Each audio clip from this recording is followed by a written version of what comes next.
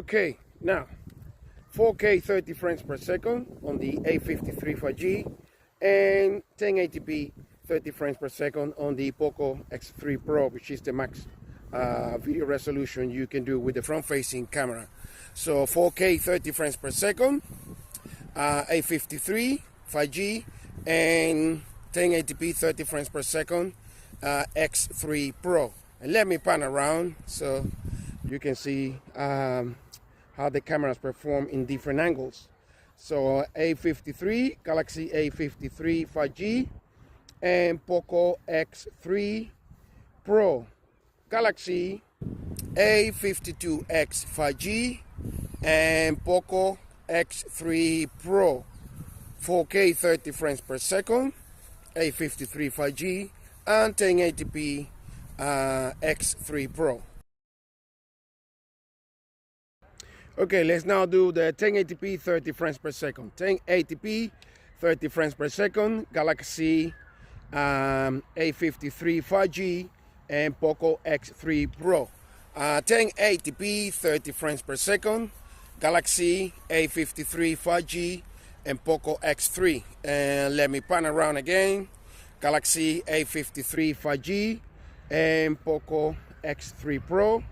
1080p 30 frames per second on both Galaxy A53 5G and Poco X3 Pro. 1080p 30 frames per second on both. You let me know which one you think is better on 1080p 30 frames per second.